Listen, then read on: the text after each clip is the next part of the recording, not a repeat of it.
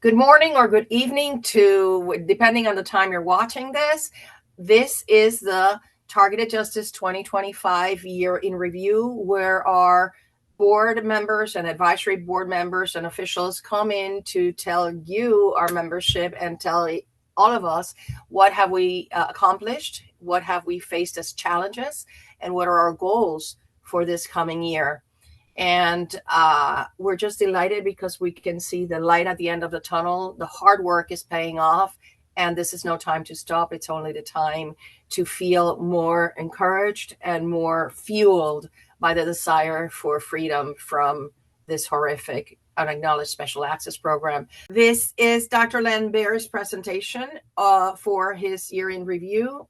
Hello, I'm Dr. Len Baer, a medical director and a board member for Targeted Justice, and I'm here to talk about accomplishments in 2025. Civilian Registry for Diagnosis of Havana Syndrome patients, established in August 2024, has had 2 updates so far. One was issued in January 2025 at the beginning of the year, and the most recent one is dated in January 2026, is available now. The number of verified diagnosed patients increased from 7 to 14. And here on the chart, you can see where these cases are geographically located. The difference in color represents that the purple states had new verified diagnosed cases since January 2025, with the highest number per state was Florida, 5 verified cases, and New York, 2. And the rest of the cases had 1 verified case. In addition to Civilian Registry, we have initiated 2 formal petitions to health agencies in the United States. One is to CDC and another one to NIH. Both petitions were delivered to the agencies in October of last year. One agency responded that Havana syndrome is out of scope for CDC, with no answer from the NIH. In addition to these formal petitions, there's a public-facing petition. As of now, this publicly faced petition has over 1,100 signatures. Another accomplishment in 2025 was publishing articles on the topic of Havana syndrome in peer-reviewed journals, which is important for the credibility. One was published in February 2025, helping a physician to understand Havana syndrome, which phrases it as non-kinetic brain injury. In November 25, a preprint of reanalysis of MRI findings in the NIH study in Havana syndrome was available, and the final publication should be available within days, if not already. The second study is important because it overrides the official findings of the NIH neuroimaging study and strengthens the evidence that AHI-1 represents a genuine diffuse brain injury syndrome. And finally, strategy for the next year. We're in 2026 now. We will continue persuading CDC and NIH to engage with evidence of U.S. civilians diagnosed with Havana syndrome and AHI. And if so, and if needed, we will force their engagement. We increase and pressure from lawmakers, from the Congress. Second strategic goal is maintain and continue verified data collection for Civilian Registry until federal response is in place and the registry is available through health agencies' efforts. And finally, to advocate for CDC to issue case definitions for civilians and diagnostic guidance for physicians and patients, essentially dismantling false no MRI injury narrative and separating diagnostic efforts from attribution. Thank you. Thank you, Len. Is there anything else you would like to add? Not at this point, maybe during the Q&As. Thank you. Okay, so let's continue with the order. Betsy, would you like to go next? I just started, became an officer in December. So working with Jill closely, we, as a volunteer, we researched Trump's inner circle and kind of facilitated that move when he got elected through 2023 into 2020 or 24 into 2025. Researched the newly appointed elected officials, set up DC appointments for your trip in May, and then traveled to DC in September for the rally. We met with our representative from the state of Nebraska while there, and so got an appointment and a relationship at least started there. And like I had already said, appointed vice president of government relations in December. So that really is a basic review of 2025 for me. I think like everybody else, this goes without saying, the challenges were hacking, getting used to the software programs, just getting used to the politics in itself, finding and trying to weed out the bad actors for volunteers. There are a lot of kind of grenades that were thrown volunteer wise, so that and time restraints, but all learning experiences and very very important to kind of go through that. So I'm grateful for those, even though not at the time seeming very fun, but I guess that's what comes with the job. So for 2026, it looks like I would like to focus on networking with like-minded organizations in the civil rights sector, human rights organizations for Anna to, get some allies in DC. So setting up appointments with those organizations, also along with media outlets, just to build that communication and have that narrative talked about more and more. So I'm sure there'll be a lot of things that come up as, all of the day-to-day news changes. So just prepared to be ready for anything, I guess, at this point. So yeah, grateful to be here. I think that's all I've got. Thank you, Betsy. Thank you. Are you going to do Jill's too? I'm having computer issues, everyone. That's why I can't do my own. And Betsy is saving my bacon. Thank you, Bets. Completely understand. You see it? Hi, I'm Jill. Do you want to introduce me? Yeah, go ahead. Go ahead, okay. Jill. Go ahead. I've been working as the vice president of government outreach for the last year and about a month. So for our annual review, some of the accomplishments, I became a digital warrior in November of 2024, which was brilliant timing because it helped me in my job completely, identifying people who are like-minded to us in the government and people we could contact and send information to.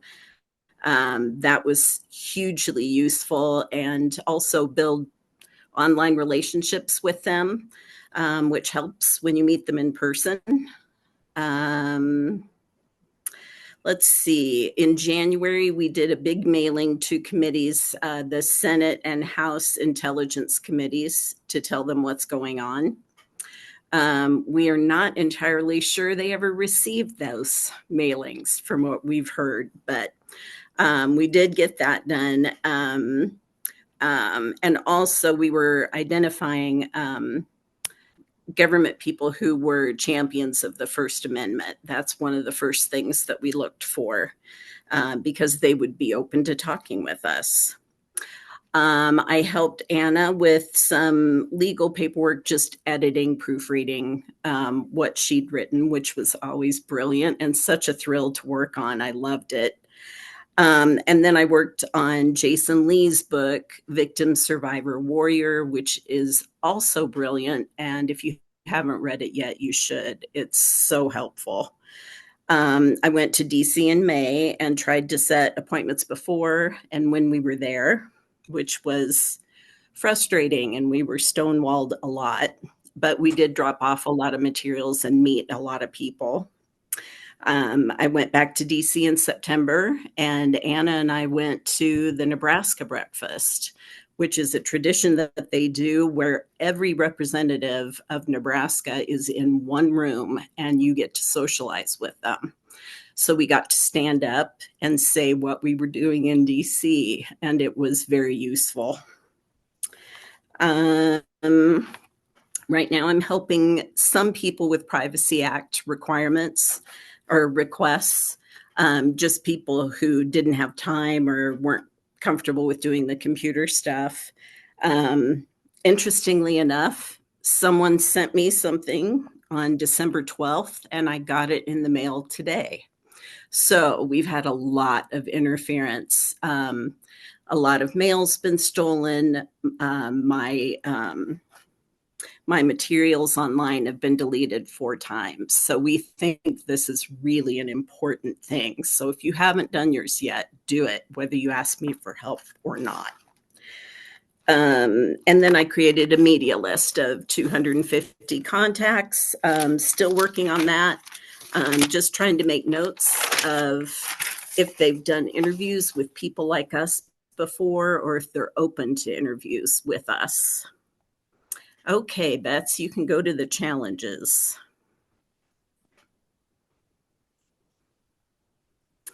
It's going to look a lot like Betsy's. So hacking and stolen notes. So I get a lot of break-ins. So if they aren't hacking, they're breaking in and stealing things that we're keeping track of.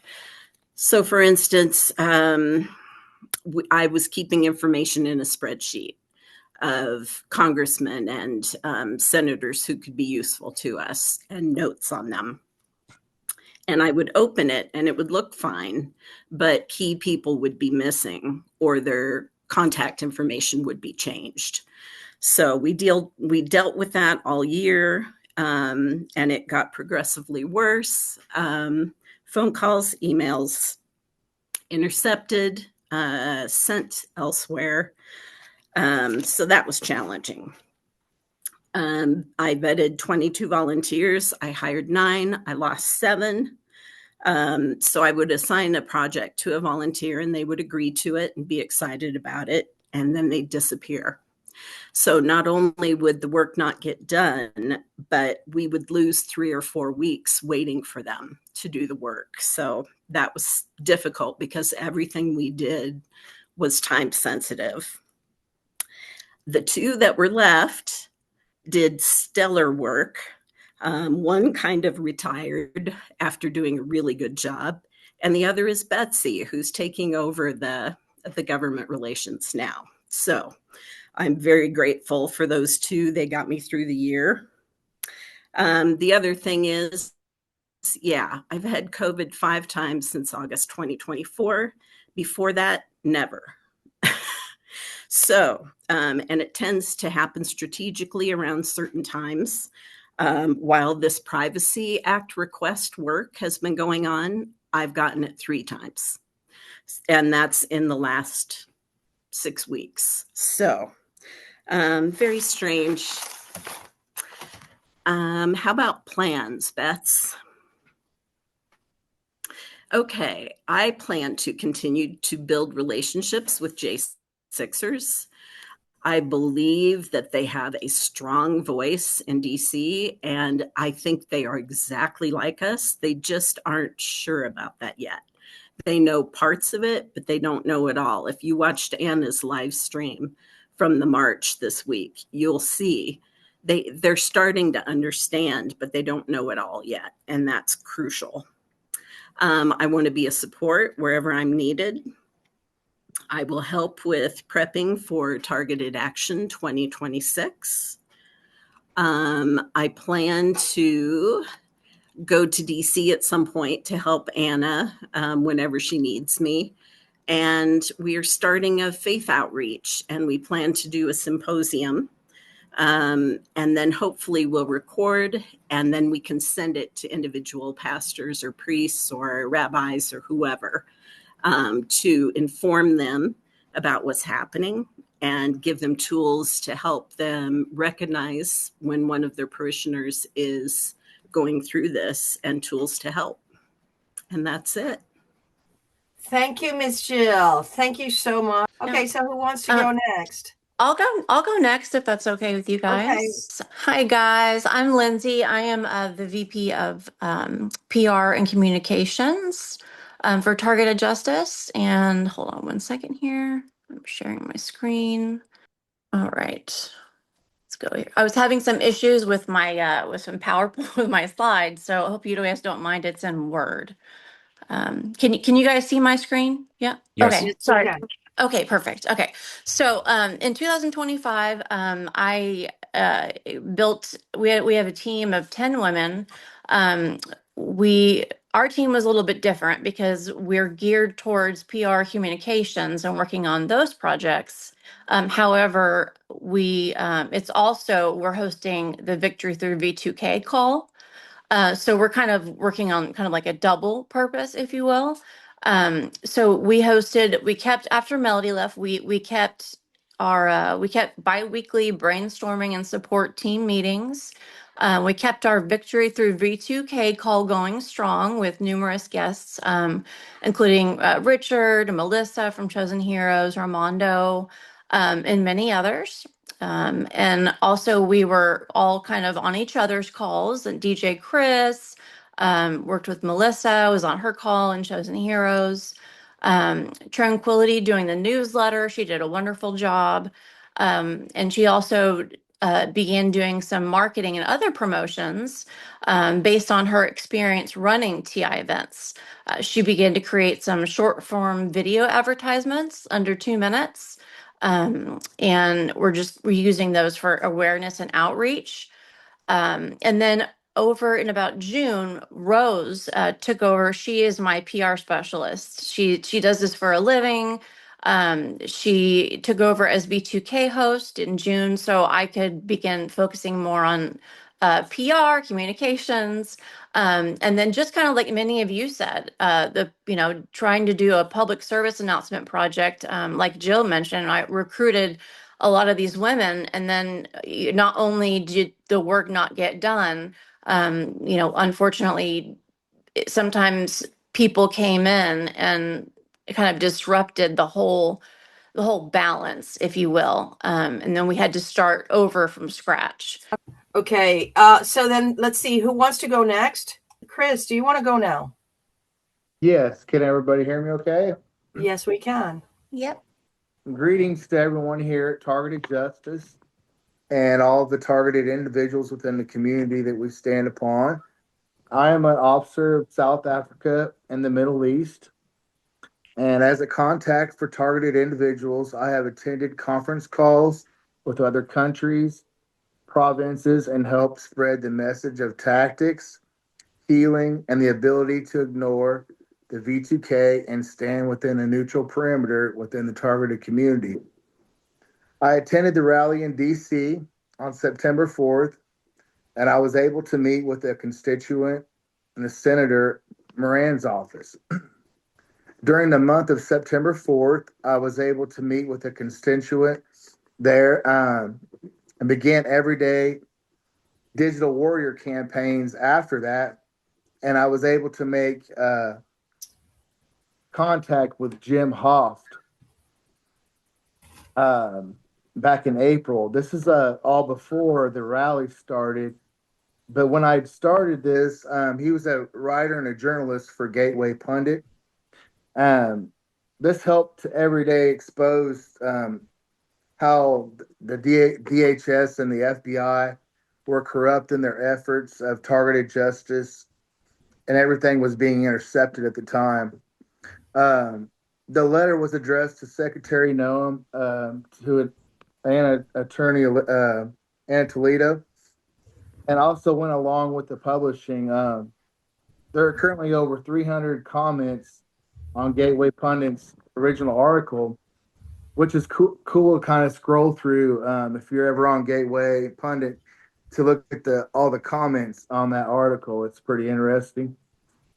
I've also enjoyed the year to communicate with 6 South African TIs and 14 Middle East. I've attended a lot of overseas communications through at WhatsApp. It's for international communication without international charges. So this year was a year of learning the tactics of organized stalking and how these operations take place in my life. I also attended the Chosen Heroes and had the opportunity to tell my testimony to everyone.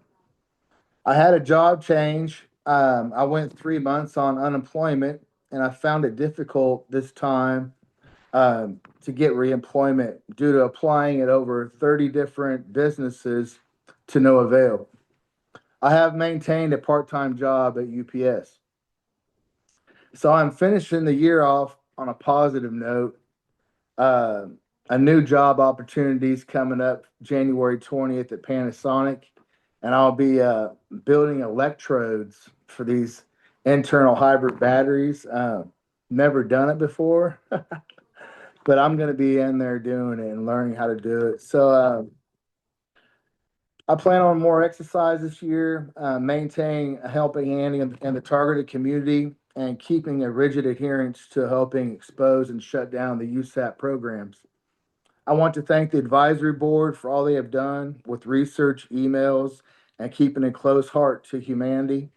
As an officer, I am thankful for the doctors and members' advice and attention to detail.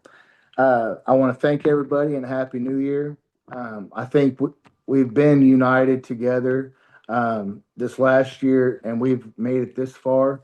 So I only see good things coming for this year to come.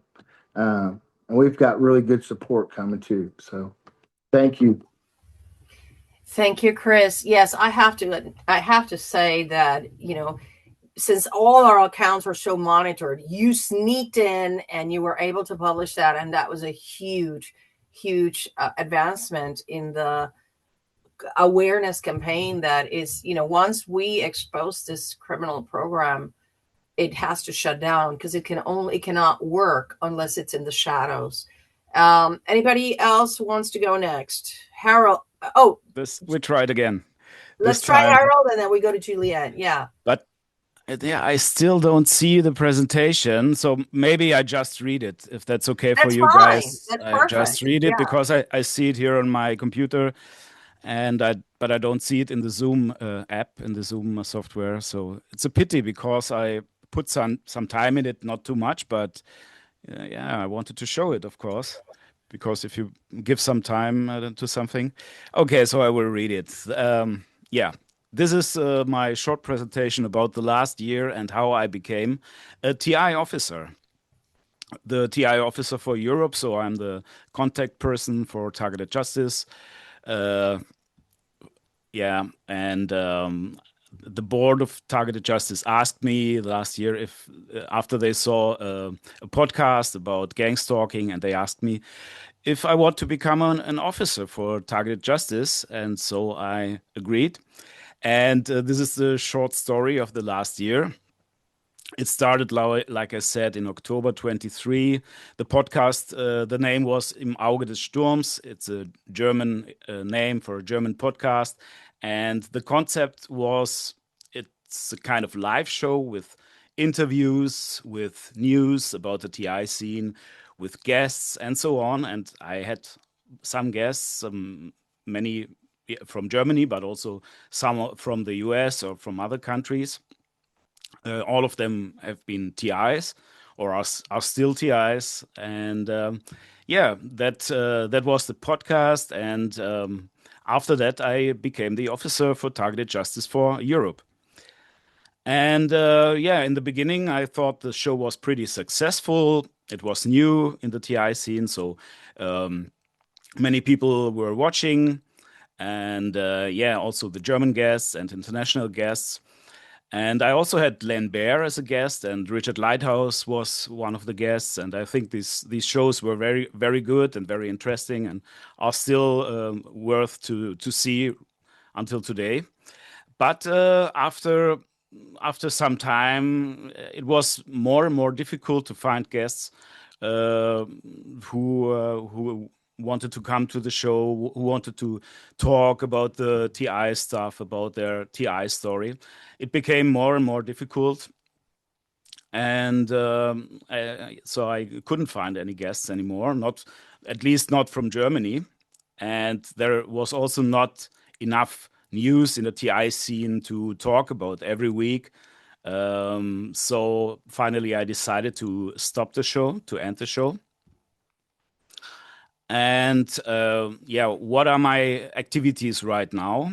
Right now, I'm sending a lot of emails to journalists, to some media outlets like alternative media, news websites. Also, I wrote to some lawyers, to big accounts on social media, on X, for example, etc.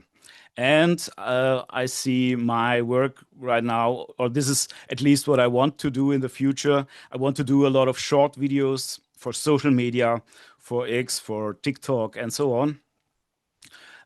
Yeah, because I think that's a good thing. Many people are watching these short videos. It takes maybe 1 minute or so, and you can reach a lot of people with these short videos. So I want to do this in the future. And also, I'm searching for people who are willing to work together and willing to contact people, like sending emails and so on, or talking to people is also one thing that everybody can do. And I'm searching for people who are not afraid to talk about the program and to talk about their TI stories. Yeah, it's important. And also, I'm searching for people who have ideas and who want to show some initiative. Yeah, it's also important to show some initiative. Yeah, I want to say some words about how to get out of the program, in my opinion. There are two ways. One way is by help from other people from outside. And the other way is by proving the crime with evidence in a lawsuit, for example. Both ways are very difficult because the judges, the lawyers will do everything to block the truth so that it doesn't come out. And the media is also controlled by agencies like CIA, FBI, and whatever. And also in the other countries, it's the same, also in Germany. And also most of the politicians are also controlled as well. That's a big problem. So the public is unaware of the situation and is also misinformed by the media because the media is lying, it doesn't tell the truth, and so on. So what is the solution? In my opinion, it could be the solution to reach the alternative media, because in many cases, the alternative media reports on something and then it gets big, and then the mainstream media picks it up and also starts reporting on it. So in many cases, it starts with the alternative media. And yeah, when the topic gets too big, maybe they don't want to talk about it. But when the topic gets too big, they have to talk about it because otherwise they lose their face. And this is one thing they don't want to do. So yeah, we are on the end of the presentation. One last thing, I made a picture, but I cannot show it. That's really yeah, it's really sad because it shows a circle which is the TI scene, which stands for the TI scene, and there are arrows going inside, red arrows, and these are 99% of the TIs. Their activities are staying inside of this circle. They are talking to each other, they are communicating, and so on, but nothing goes to the outside. And there is 1%, these are 4 green arrows, you don't see it. 1% is the people they are working outside. The activity is going outside, and this is only 1% of the TIs who are really doing things that are getting outside of the TI community. And this is important to do things that go outside of the community, because if you only talk to the community, maybe it helps you, maybe you feel better, but it will not be the solution of the problem. Nothing will change. If you only talk to other TIs and you don't talk to strangers, to the world outside, nothing will change. So yeah, please go outside, talk to people outside, and don't talk only to other TIs or to the scene. And this is the end. No, yeah, that's it. Yeah, that's exactly it. That's a great mission, Harold, because that's exactly, we are in a silos. We're talking to each other, and what we need to do is percolate outside of this membrane, which comprises our community. That is the only way we will attain exposure, and most importantly, which, you know, what I say to people is, when you do move outside of this bubble, is don't go into the fantastical, you know, like the really hardcore stuff, because that's not the way to let people slowly sneak into our world and find out about it. Because you know, it scares people when you start talking about like the really outrageous things that our government is doing to us. Anyways, let's go with, thank you, Harold, so much. Let's go with Juliet. Okay. I joined as a member of the Board of Advisors this year, and I'd followed you for quite a while and was very impressed with what you've been doing. I was born into the MK Ultra program, which was started in the United States after World War II with the influx of Nazi criminal material from the concentration camps after the war. MK Ultra was officially started I was born in 1949. The MK Ultra program was started in 1953. My uncle was the founder of the NSA, and so, like many of the children from the high-level officials that were involved in the early years of the CIA, they put me in the program. So I grew up inside the MK Ultra program, and in many ways, I believe that's the origin of the government programs in terms of getting money, getting safe houses, creating DARPA. DARPA came from that, using LSD and other psychotropic drugs to target individuals, all came out of the post-war MK Ultra program, which includes massive amounts of LSD that was used. They obtained it by the ton, and it was used on American children, both the children of the leaders who were groomed to become the future leaders, and just to see what would happen with everybody else. And that led to the creation of Prozac, which is an LSD derivative. And their goal was to create the largest addicted population they could in the United States of people who couldn't think. So we've got that now. I won't go into all this. I talked about this for hours. I did an great interview with Jeff, but I wanted to show you something, because there was something very significant that happened this year in terms of all MK Ultra program survivors, and it's something to look for larger, greater penetration of that program. Okay, let's see if I can share. Yes, here it is. Okay, in December of 2024, the CIA released 1,200 documents, and in it, they admitted that, yes, there was an MK Ultra program. It started in 1953, which I could have told them, and it explains that the experiments they were doing with LSD, how they were obtaining the LSD. It talks about the origin of Project Monarch, which is the project that I was put into for 11 years. And states that it was put together by Sidney Gottlieb, and explains his background. He was the head of technical services for the CIA when it was founded, and then he became the head of MK Ultra. And his he had been the head of technical services and was known as the head poisoner of the CIA. So his background was bioweapons used to target the population, and his specific specialty was mRNA. And he had concluded that it was no good for vaccines and had no beneficial purpose other than a extremely useful bioweapon for targeting individuals. So this is the first batch of documents. I'll send a link. I know it's been sent out to y'all before, but there's a 40-page explanation of what's in here, and then you can link to thousands of documents. This is a real revolutionary change, and they snuck it through in December when nobody was looking. And what this has allowed survivors of MK Ultra programs and the variety of targeting programs that's been used on our population is starting to bubble to the surface. And groups have been forming around the United States of survivors who are tackling what's happened to them, how to get help for their issues that they're left with, which are severe physical and mental issues, including V2K, because that was programmed into people starting in the 1960s.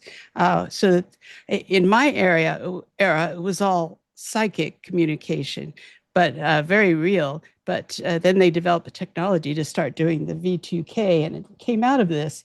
So in October of 2025, they released a second batch of documents where they go into much more detail. They talk amongst each other about, well, let's try this and let's try that. And gee, wasn't that party fun? It just shows the horrible evilness of these people and how to them we are nothing but toys to play with.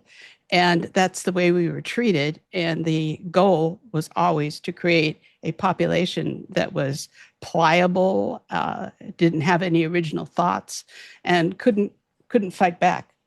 So this is where we are. But I have not looked deeply into the National Security Archives, but somebody should, because there may well be.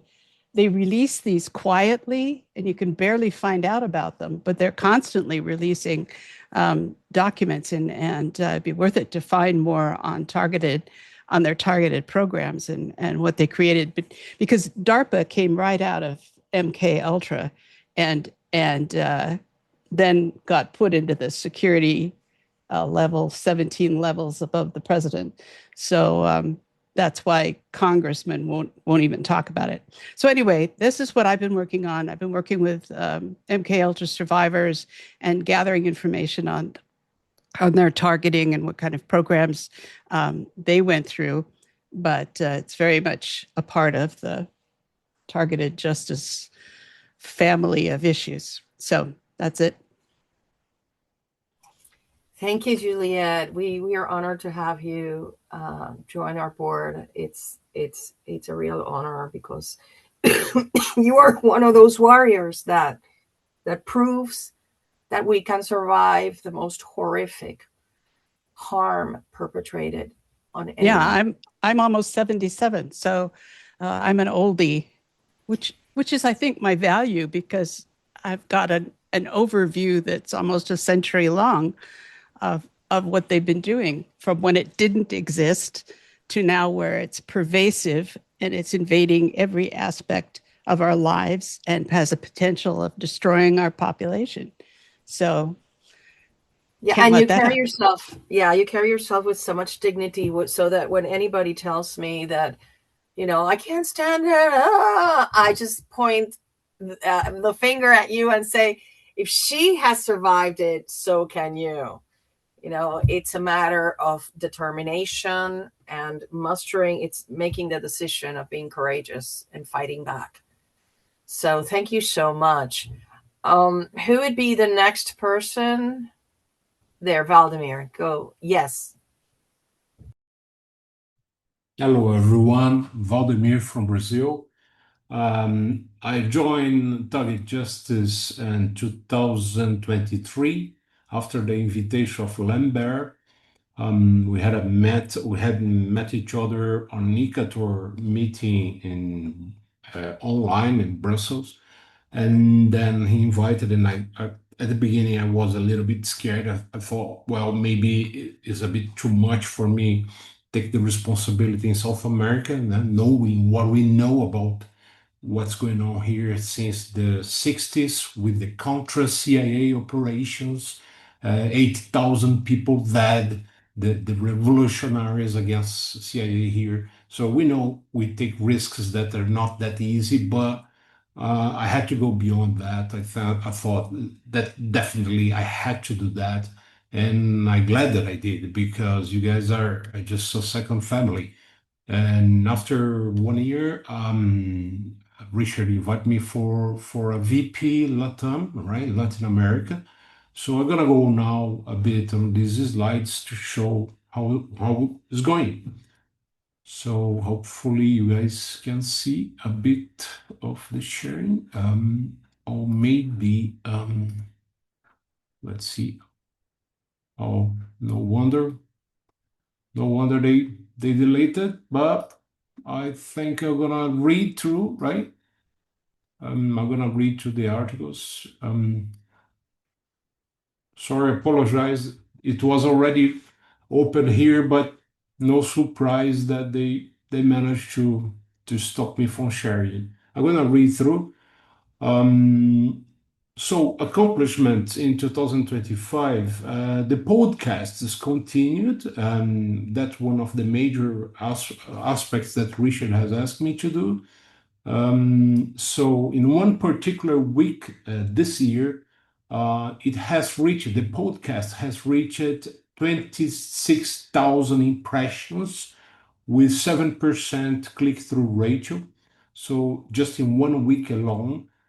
So the podcast was going very well, with increasing steadily viewership, but no surprise that has led to severe interruptions and hacking and deletion of all key indicators on Google Workplace. They simply hacked all my systems and they stopped me from coming forward. I had managed to produce not much, but every time I produce a podcast, it was quite good in terms of viewership, compliments, people engagement, and in some way, in some shape or form, they managed to stop me from coming forward from the last 6 months.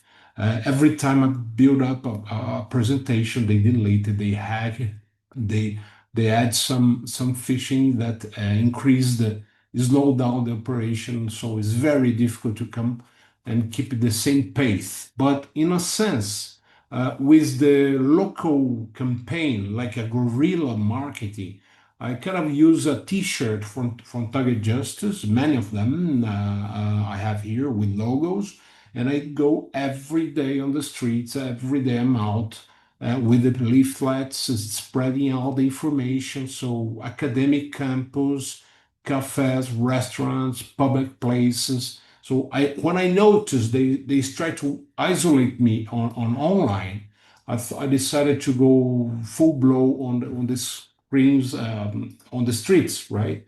And that's where I end up recently. After that, also I had the support of all TIs via remote conversations and exchange of tips and ideas. I've been helping a lot of managed TIs who are struggling really, to be honest. Many of them are really going through a hard time. Many of them has no idea how to cope, and some of these people are in despair. So I think in a way I've managed to really get a good level of contribution, make them aware about the technology, how to cope, what's going on, how it works. So in a way, I think that was a good thing. In terms of challenge, the hacking interference of communication systems was severe and incapacitating. So I really became quite dysfunctional in the second semester. Looks like I was scaring some people. So the organized stalking will really escalate to unprecedented levels. was absolutely incredible. The sheer number of people involved in this stalking, including law enforcement personnel. At the same time, I also managed to denounce the crimes to police officers, local authorities, local attorneys, public attorneys. So in a sense, I made the situation very aware for the people, and the community are more engaged, are more united, albeit the country is very big, so it's difficult to get together as a group, as a united group. Unfortunately, the direct energy weapons increased with some attacks on my eyes, deteriorated very seriously. And it was when I started thinking options that staying here wouldn't be that safe as I thought. I thought at the beginning, okay, the guys are going on with V2K and the stalking, but now they're starting really getting on DEY, and I thought maybe I should take a break and try to see some options in safer places, right? I suffer a lot of character assassination, break-ins in the houses every single week, 3 times a week. Incredible, the kind of things they stole, even socks. They managed to get socks stolen just to make me nuts. And property damage, right? Vehicles, they crashed 2 of my cars, one car and the other, they really damaged the brand new car. So a lot of things going on actually here. Uh, Still, just checking. I lost you guys here. Can you hear me? Still, everybody's all right? Yeah. Yes, Okay. we can. We need you to wrap it up because it's Yeah, supposed to be like 6 minutes. Yeah, getting to the final one. On a personal note, I'm planning to go for a sabbatical abroad soon in order to pursue a master in political science as a way to escape a bit from this harassment here and trying to do from the outskirts, right? At some point, I will need to step back as a VP Latin.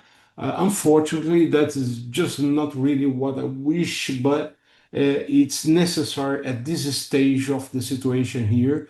I enrolled into a law degree university in Brazil with an attempt to help people legally here, but I was severely stalked, and the hacking of the university account led me to just stop the study. So depending on the progress and adaptation abroad, now I'm moving east now.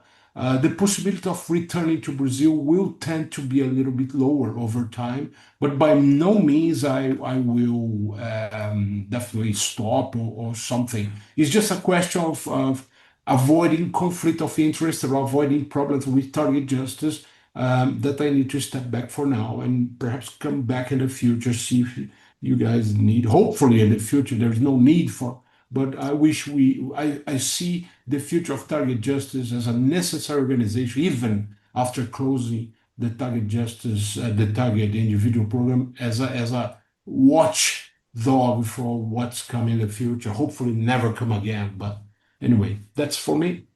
Thank you, Valdemir. Well, that is correct. I think that Targeted Justice real work will start when we expose and shut down this program, because that is when all these people are going to come to us as experts to see how we can start making whole all those people that have been harmed so horrifically.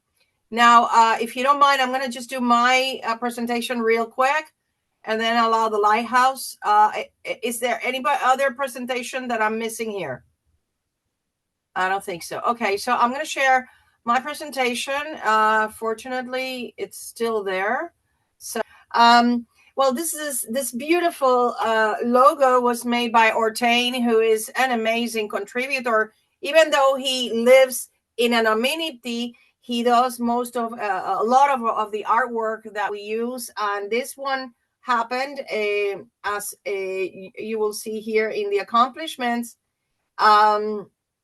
As many of you know, on March 5th, 2025, the criminals managed to bring down the Targeted Justice website.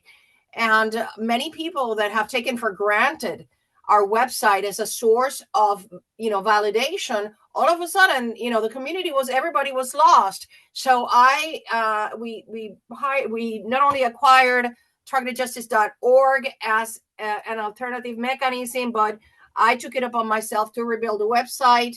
And before the 30 days had elapsed, I think I worked something like, I don't know how many hours, from a Friday night, barely sleeping, all the way to a Sunday night. And I was able to, begin with, I guess it was 7 pages or something like that.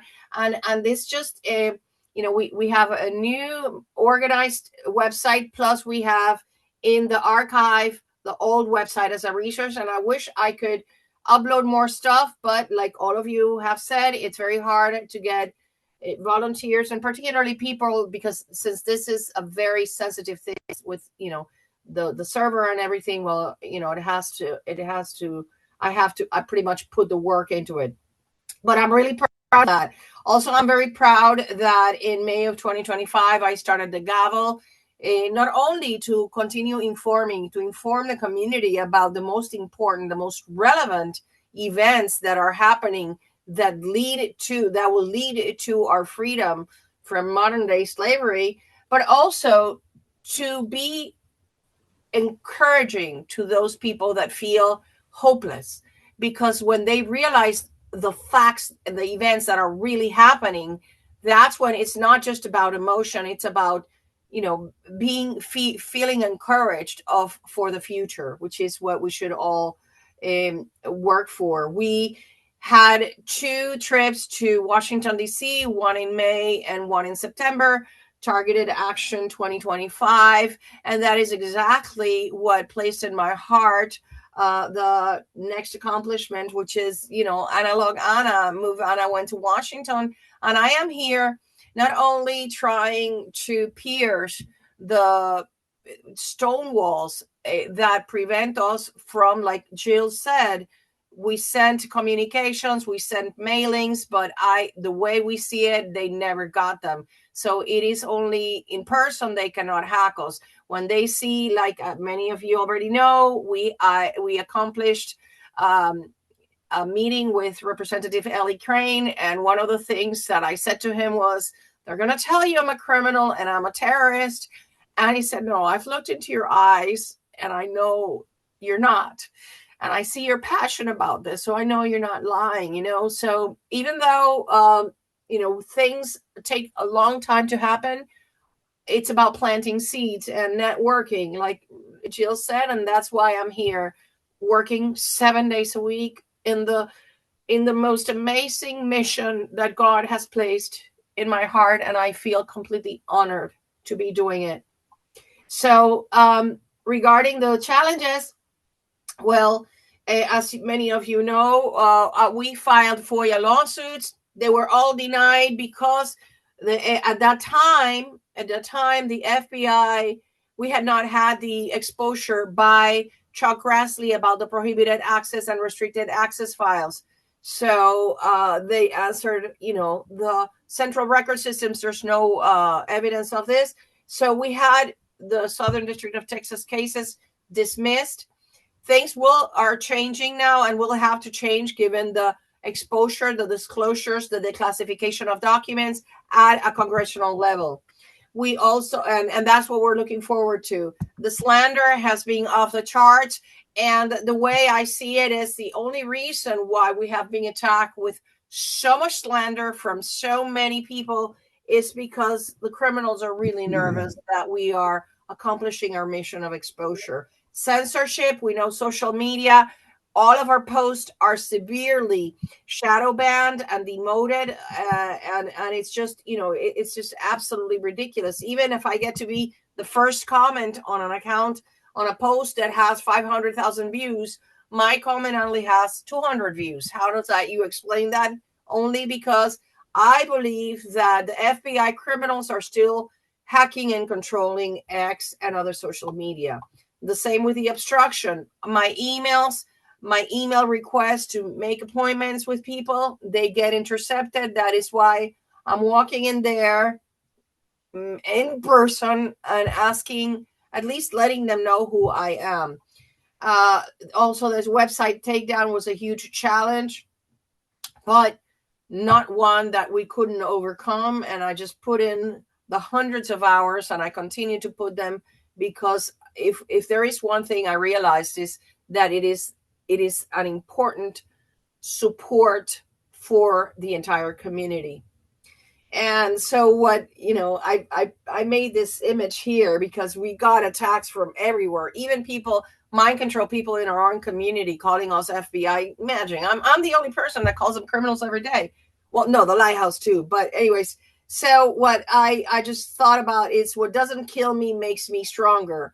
All the lawfare, all the censorship, the website takedown, it has made us into stronger warriors. And that is what we need to become in order to shut these criminals down. Now, in terms of plan, well, we continue with a plan of exposure. Like Jill, I have been attacked and I'm still suffering with COVID and flu or whatever it is many times, but that does not stop me. I continue moving forward.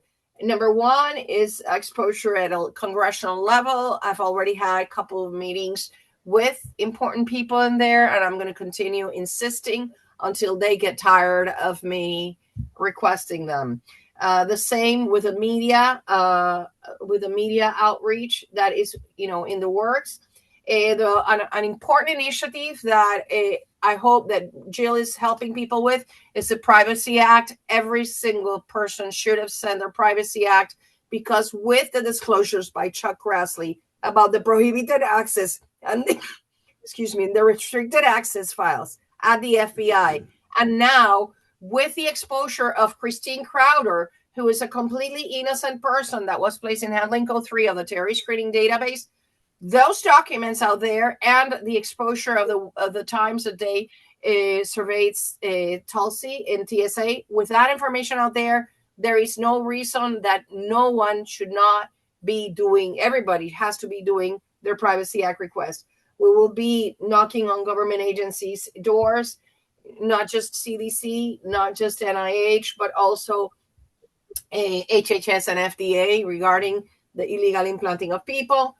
I'm going to continue the networking. Just last week, I went to the J6 March and met really amazing people and made really good contacts. The point is them meeting me so that when the criminals tell them she's a criminal, they know, no, I met her. I know she's not.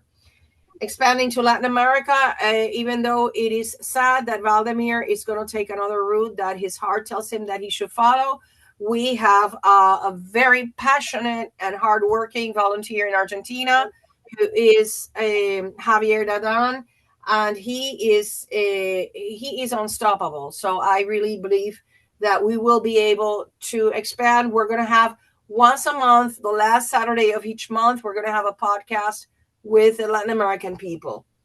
And most important, the faith community development. Like Jill said, we really need to expand our efforts to let the ministers, the pastors, the priests, that they have a duty not only to save souls, but most importantly, to be of help to their communities. And if they don't know about these technologies, well, they can't help, because they all think it's witchcraft. So we need to really work on expanding on those realms. And that is all. I mean, there is so much more, but that's basically all that I have to share with you. And I leave Mr. Lighthouse. You're in charge now.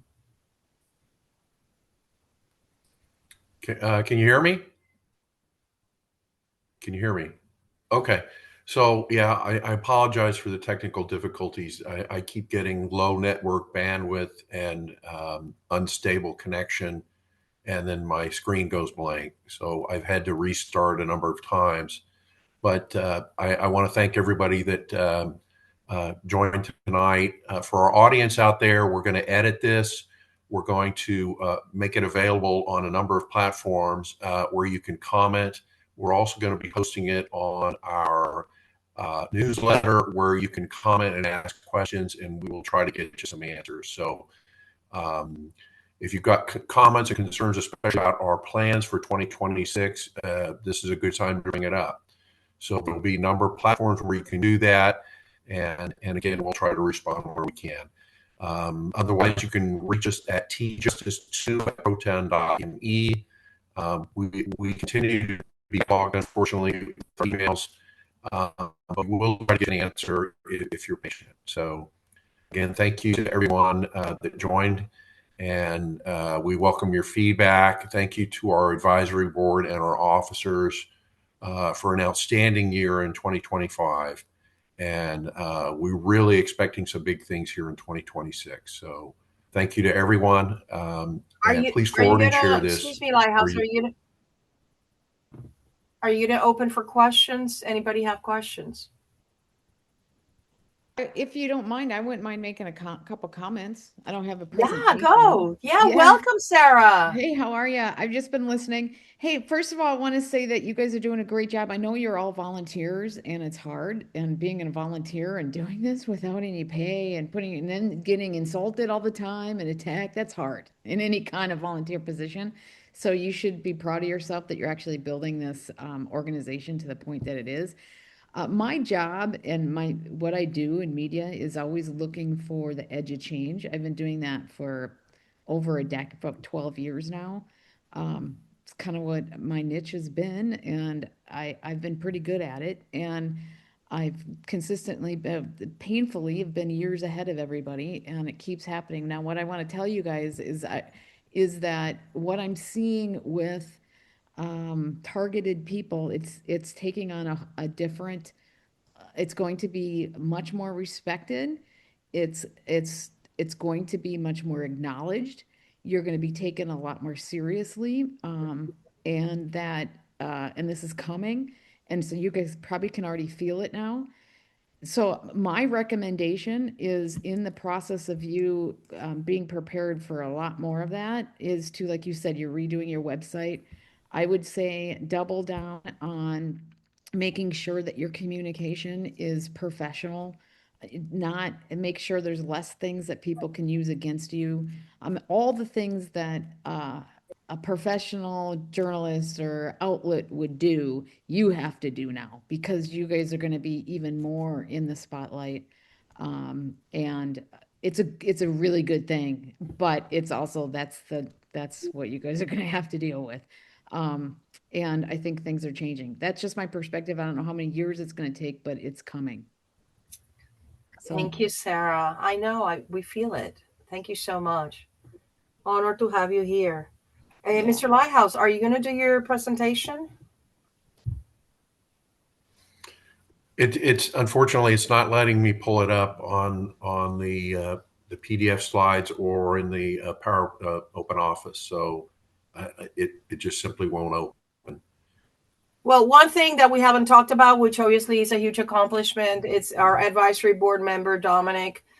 His documentary was exceptional, and it has been translated. We have a wonderful volunteer, Sean, who helped me translate it and also with Harold, helped me translate it to 10 different languages with AI. And that is definitely something that it's opening the doors for the exposure of this horrific program, because it was done with such good taste, and not everybody can make up the same story. So that is, I think, one of the good things that one of the biggest accomplishments by Targeted Justice and Dominic, whose testimonies were gathered mostly during Targeted Action 2025. So, but for that activity, he would not have had as much good material for preparing such a wonderful work of art. Anything else, Mr. Lighthouse? No, I think that's it. We're going to do some edits and where we can input pictures, particularly like from Harold and some of the others that were unable to post their pictures and slides. We'll try to edit that and see that it gets in there. Yes, Harold, please send it to me so I can add it, and I can also add, you record and add your presentation, and we can just edit it in. Well, to everybody, it's a shame. I don't think that Helen was able to connect. So what I'm going to do is see if she can record it and send it to me, and I will edit it and also into this presentation. For Targeted Justice Australasia, one of the things we did during 2025 was develop relationships with leaders of the TI community in India, who then invited me to join and make contributions to several of their regional WhatsApp groups that they have been setting up recently. And I met Priyush, who is originally from Delhi, and we have now started an Indian support conference call, which I co-host with him from Melbourne to support and coach him with what I know. It's started small, obviously, but it started well, and I believe that with such a large population, it's going to take off very well. Secondly, what I've been mostly involved in recent months is my own targeting here, my gang stalking here in Australia, which has led me to uncover collaboration between my state police, the State Neighbourhood Watch, and the fact, the Neighbourhood Watch did tell me this, that they are funded by real estate companies that specialise in the development of community residential estates.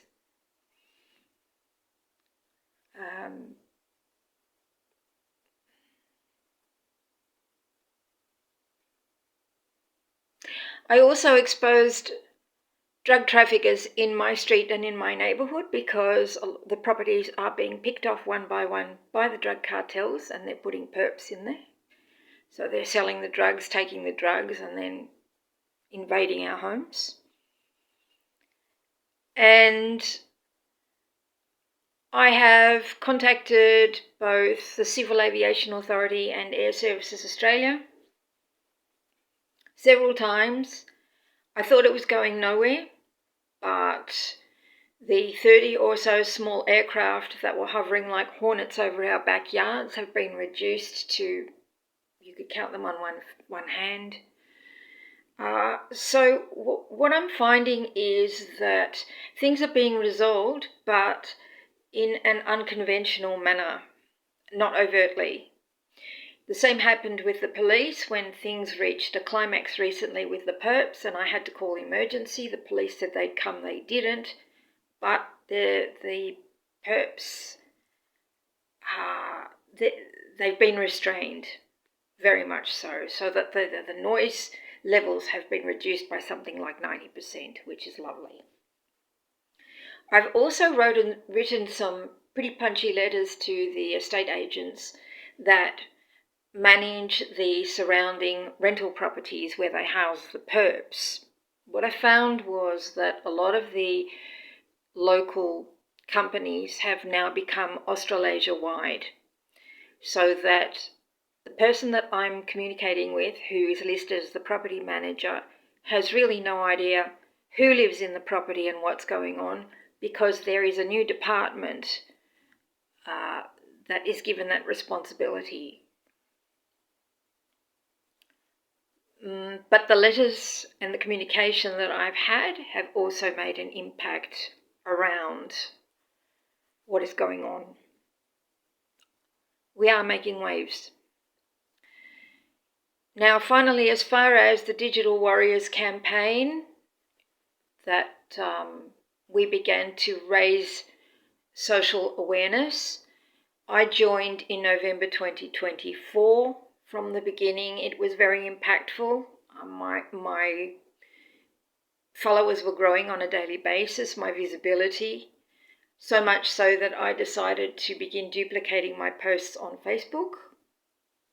But with the success came increased restrictions, so that my visibility recently on X had been reduced by something like 80 to 90%. and people I were in communication with disappeared from my feed, things like that. On Facebook, I was getting wrapped over the knuckles and having restrictions put on me constantly. Now, that in conjunction with the fact that we have new legislation here in Australia.